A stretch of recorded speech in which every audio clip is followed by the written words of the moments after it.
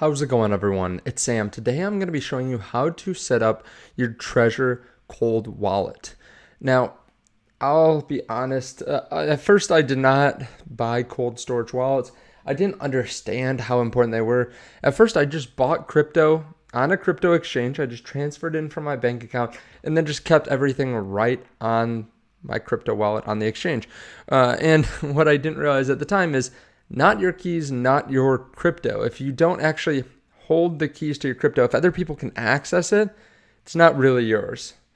Exchanges should just be used to exchange and then take off onto a cold wallet or a hard wallet. And cold wallets are a lot safer.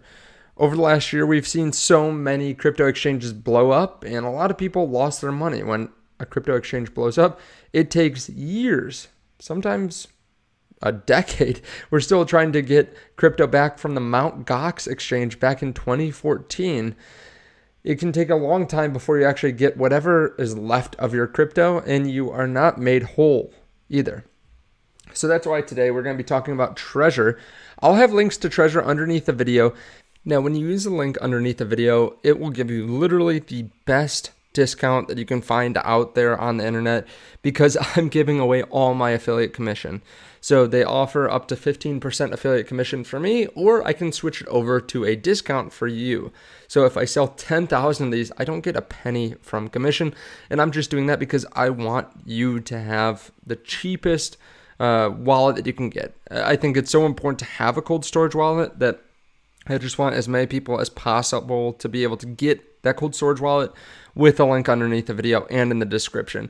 Now, I'm still working with Trezor on the exact code, but the code will be underneath the video that you need to use. Make sure that you just check that out. When you hit the link, it'll be right next to it. It will tell you the code to use underneath the video and in the comment section, and then you'll get that 15% off. As you can see, they are a cold storage provider that is one of the safest out there. They are what I use, what millions of other people use. They're really one of the top 2 wallet providers out there, and I prefer them. Now, today we're going to be going through how to set up your wallet because it can be intimidating for newer investors into this space. They might say, I don't know how comfortable I feel with this. I don't know how to set it up. I don't know how much time it's going to take. I don't know if I can do it. But believe me, if you're watching this, you can set up a Trezor wallet. It's really simple. In another video, we'll go through how to receive and how to send into your crypto wallet, into your cold storage wallet. But today we're just going to set it up. We're also going to talk about advantages why you would want a cold storage wallet in another video. I have several videos lined up with Trezor because they are a partner of the channel and I am an affiliate for them. You can check out the links underneath the video. Sometimes they do like free shipping or discounts, so always be on the lookout for those, but today we'll be just setting it up. So first of all, I have the package from Trezor. I started to open it up and I realized I should probably wait so that way I can actually unbox it in front of everyone. Not sure exactly what they sent in here yet. But first of all, you've got to realize that whenever you're buying a cold storage wallet, you want to get it straight from the website.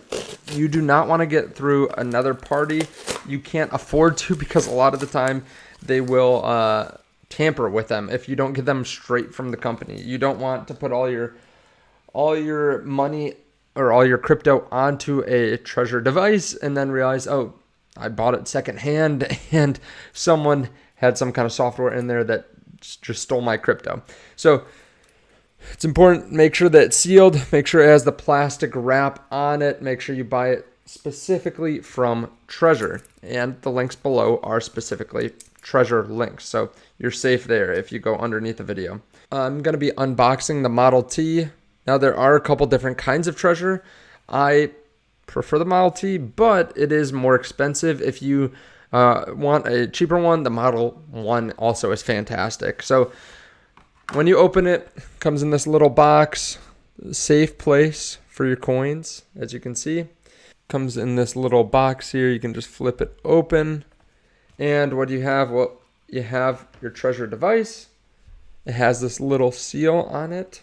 As you can see, this little like metallic-y seal, if I can get to focus, should cover the port.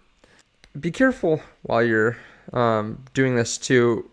just be careful of anyone reaching out trying to get any kind of passwords.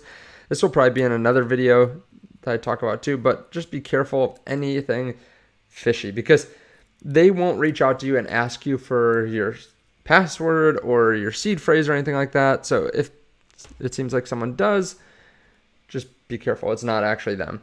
So when you pull it off, a lot of the time there's a little bit of that metallic left on there.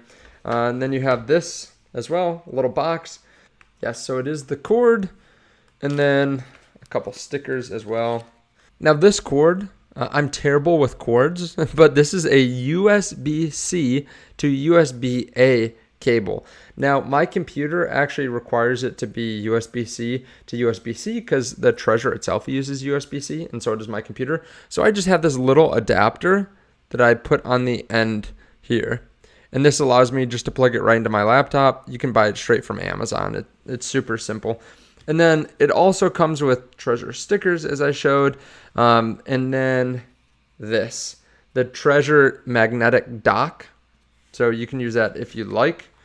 Let me put some of these stickers away here. There are a lot of stickers that you can use. I would suggest not putting the stickers on anything because it might give away that you have crypto, and you just never want to show that. It also comes with 2 personal recovery seed phrase packets. So this is where you actually write down your recovery phrase or your seed phrase. This is what you don't want to give out to anyone. You can give out your public address if you want.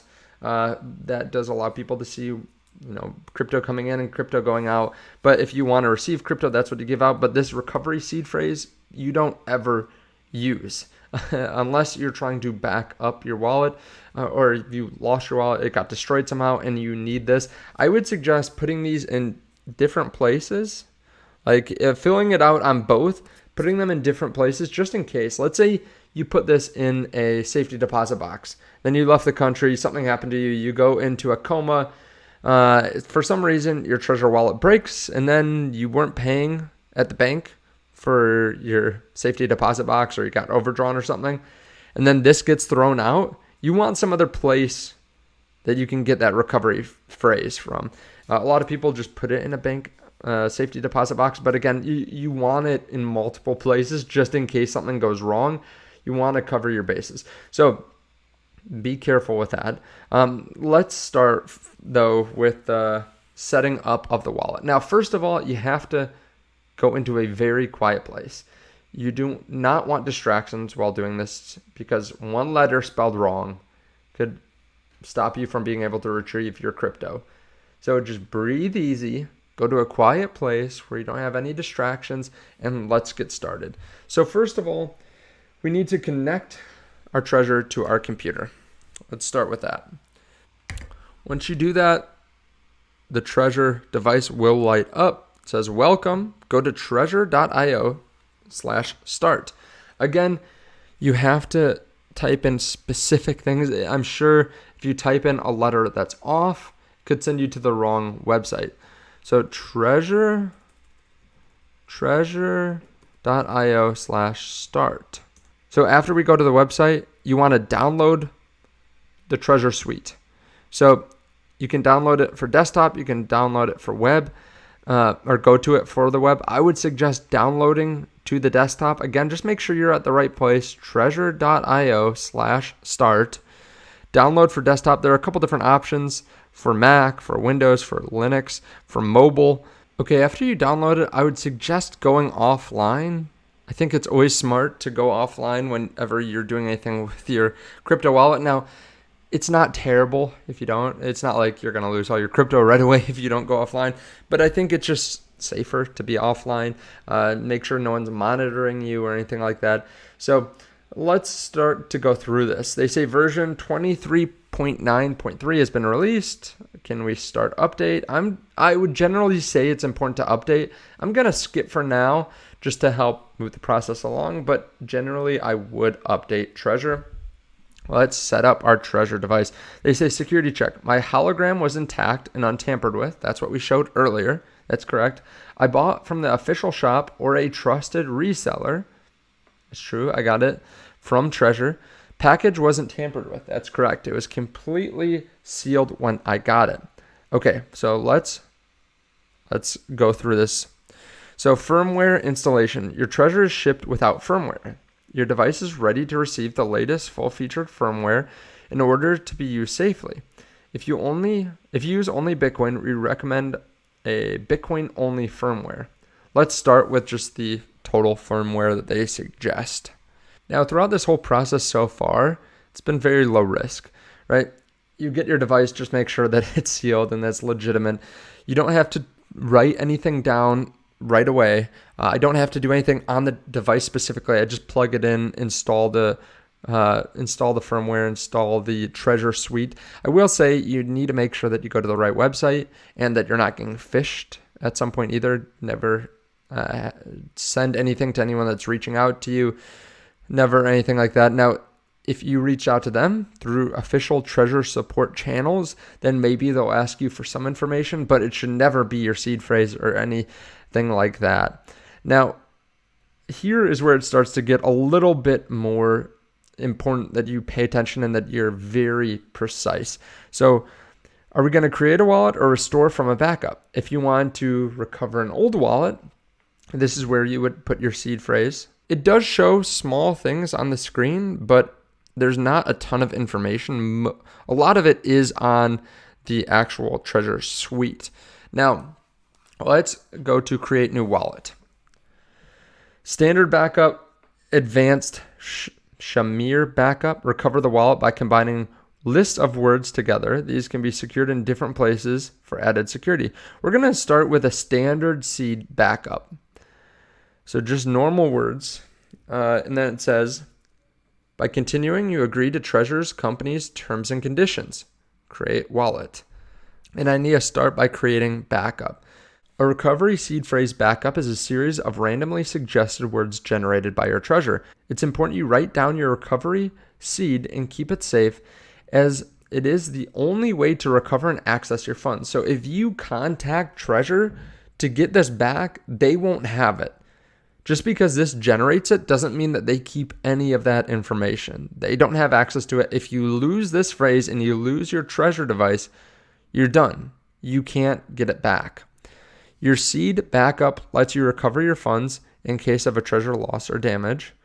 Never take a picture or make a digital copy of your backup. Do not take a picture with your iPhone so that you can keep it in case your Trezor wallet gets broken, because someone from Apple can see that. There are probably thousands of people that can see that, and they could steal your crypto. Store your seed backup phrase securely and never share it with anyone. Okay, now let's begin our backup. Now it's going to start giving me words on my Trezor device at this point. So I'm going to take a moment. I'm going to write down all 12 of these words, and I'll be right back to you. I'm going to put it on both of these sheets of paper. Okay, so now that you're done writing down your seed phrase, it's just like school again. It's just like high school. Make sure to go through every word, and you probably should be doing that as you go along. Go through every single word and make sure that you spell it correctly. Make sure that they match between the two different pamphlets, and make sure that they are in the right order. Just like going and checking your work in school, you have to check your work here to make sure that you have everything correct. Now, after you write everything down, you're going to hold to confirm on the Trezor device. So it will take just a second here, and then it says select word 3 of 12. So again, the order is really important, and it's going to test you to make sure that you didn't just blow past it and that you actually wrote this down. So I'm going to go along here, select word 8 of 12. Let's see. Okay, I know the answer. Select that, and then select word 11 of 12. This is just on my device. It might be different for yours. Then it says you have finished verifying your recovery seed phrase. Let's move on. Use your backup when you need to recover your wallet. Your backup is done. Continue. Okay, so it says pin not set on my device, but if we go over here, let's see what is next. Continue to pin. If you have written down your recovery phrase, your Trezor is almost ready. Do not lose your recovery seed phrase, otherwise your funds could be inaccessible. Continue to pin. Use a strong pin that protects your Trezor from unauthorized physical access. So here, I'm going to confirm on my Trezor. do you want to enable pin protection? I'm going to enable it. So basically, it makes it so that if someone has your physical Trezor, they can't just go and plug it in on your computer and be able to get into your wallet. Because again, the seed phrase is only for if your wallet is missing or destroyed or anything like that, if you can't access it for some reason. But if your physical Trezor is here, you want to make sure that you have a pin set up. So you're going to set up a pin. Now, something that's really cool about this on Trezor is that the numbers aren't in the same place every time. And they do this specifically. I don't know if you can see it here.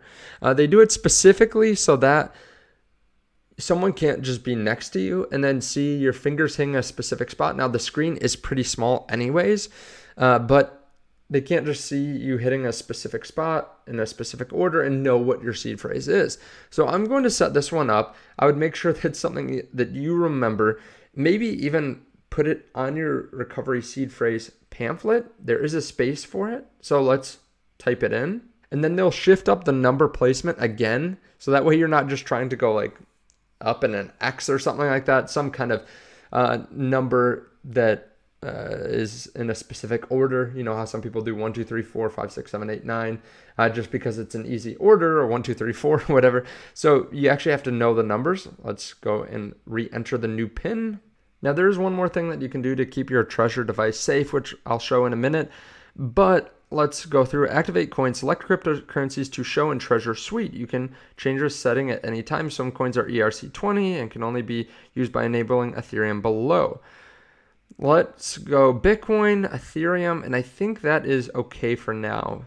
You can see Cardano, Dogecoin, Digibyte, some other cryptocurrencies on the list as well. Complete setup. Setup complete. Edit name. Let's do my financial friends MFF's wallet. Okay. Access suite. So now we are in. We are fully in. Okay, so when I set this up, I did have this off of the internet, and it said that it was not able to pull up my wallets. So I am now reconnected to the internet. I would suggest using a VPN service to go about this. But it says your wallet's ready to use. In the meantime, make sure you have completed all security steps below. I still stand by setting it up when it's offline, just because you never know who's going to be watching.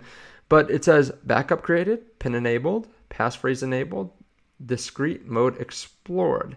So one thing that I could also add here, if I go out, let's eject this, and then I'll go back into it.